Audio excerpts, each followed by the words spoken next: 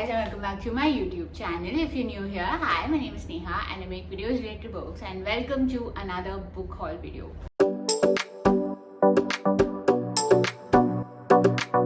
So usually I have a theme to these book hauls, I promise. At least I'm trying in the last few videos.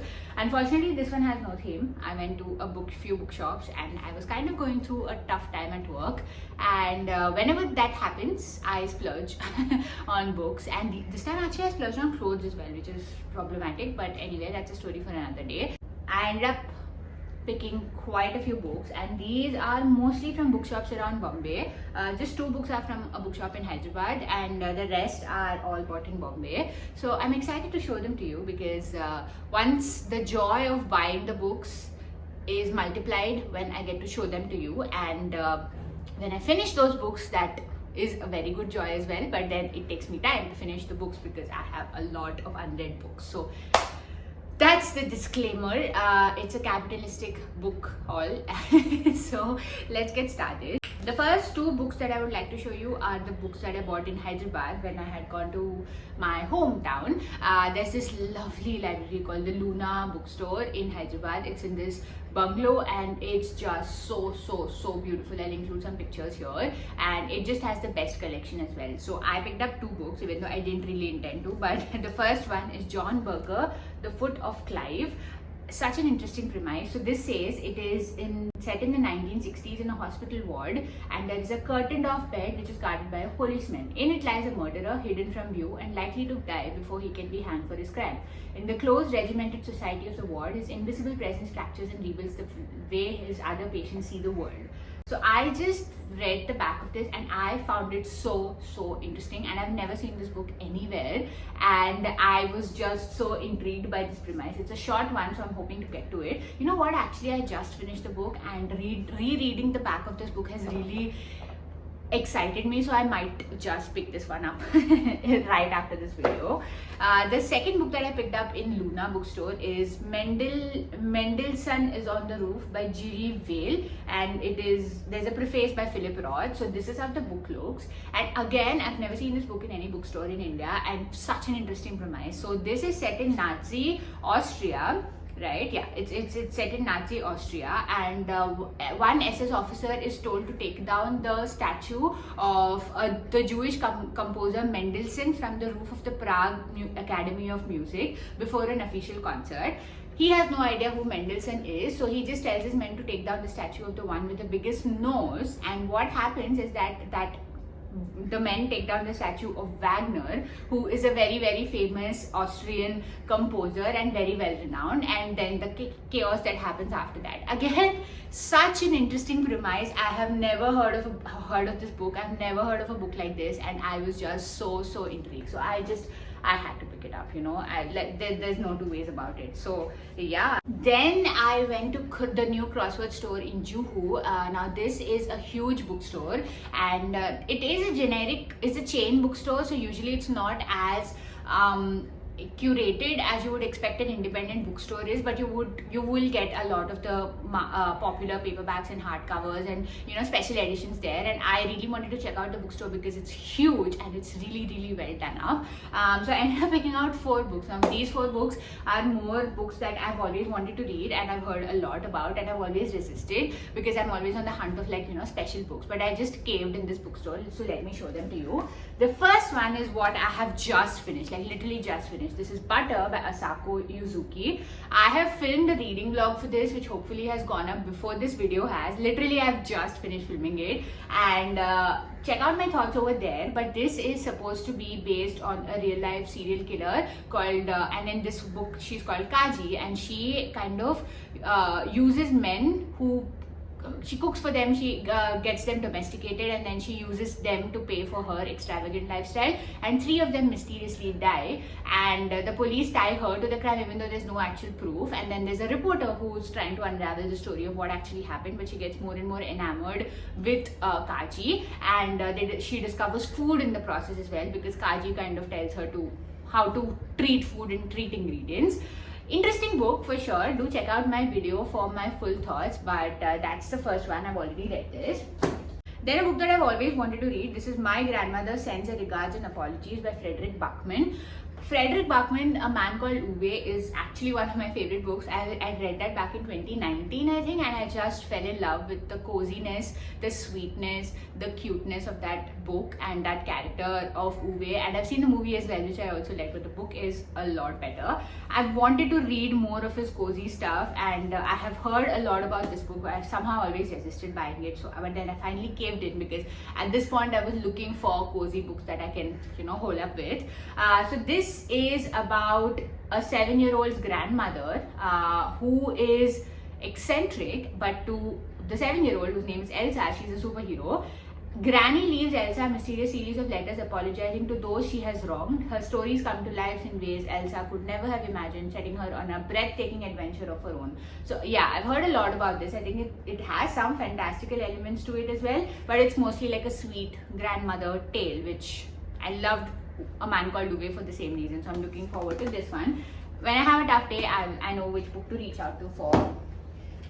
Then I bought this for the edition, but also I read it later on. I read the preface later on and I was interested. This is The Group by Mary McCarthy. It's in this beautiful edition. This is a Virago modern classic. It's a pricey edition for sure, but I've never seen this edition anywhere, and I just really liked the way it looked. It's a hardcover and it just has this beautiful floral design.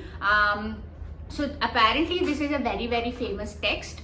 So it's a groundbreaking novel and it's one of the first novels to frankly depict friendship, sex and women's lives, and it's about these 8 and it's about the lives and aspirations of 8 Vassar graduates, and the group meet in New York following graduation to attend the wedding of one of their friends and reconvene 7 years later at her funeral. So yeah, very interesting premise. So it seems to be about friendship, it's about loss, it's about grief, and yeah, I think I bought this 60% for the edition and 40% after reading the premise and the ratings. Actually, I bought it for the book as well. So that's The Group for you. And one of the most hyped books of last year, Legends and Lattes by Travis Baldry. I've heard so much about this book that it's amazing, it's cute, it's cozy, it's like with cozy fantasy, I think is a genre that this fits into.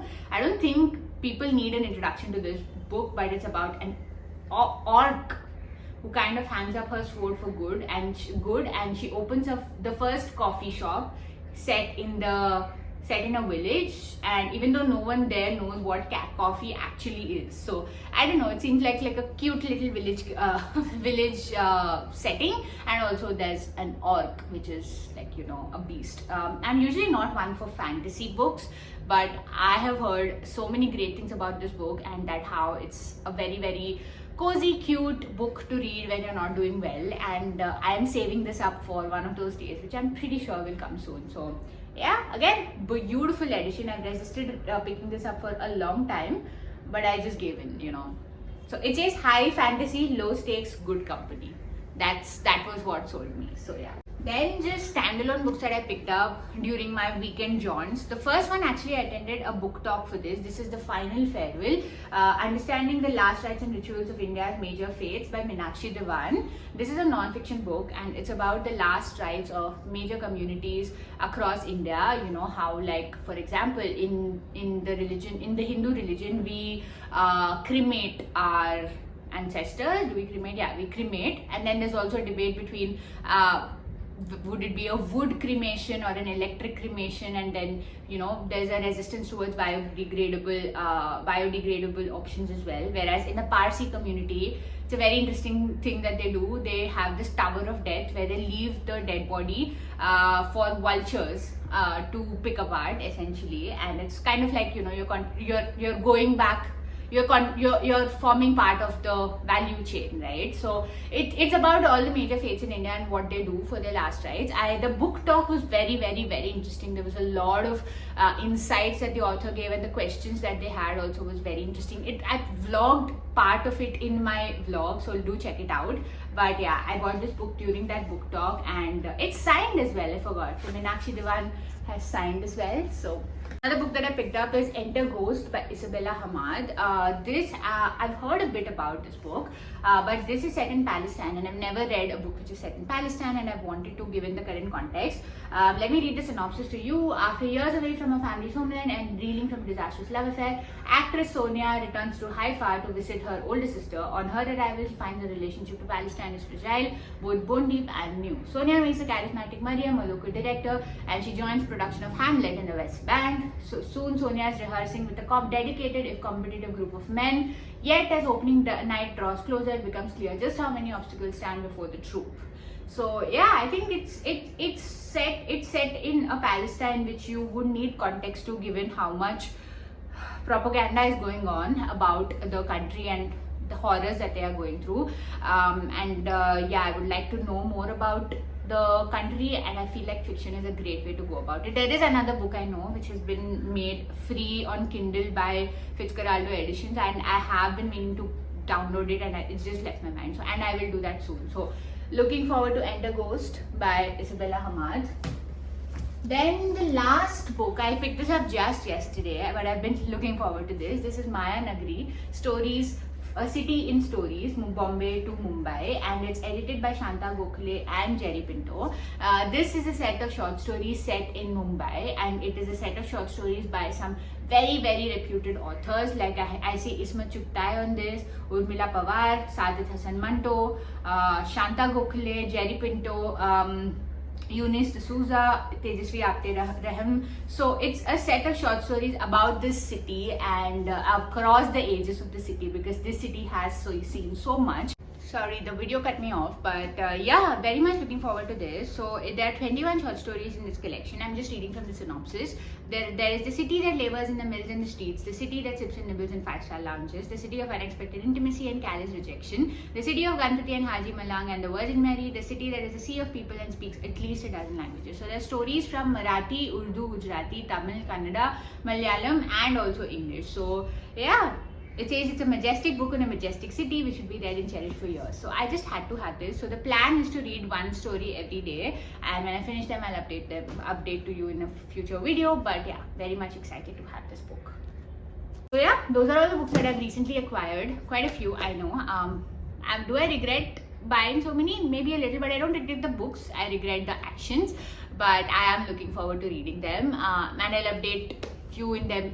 I'll update what I feel about them in future videos. But thank you so much for watching. If you're still around, please like, share, comment, subscribe, and I will see you the next time. Bye.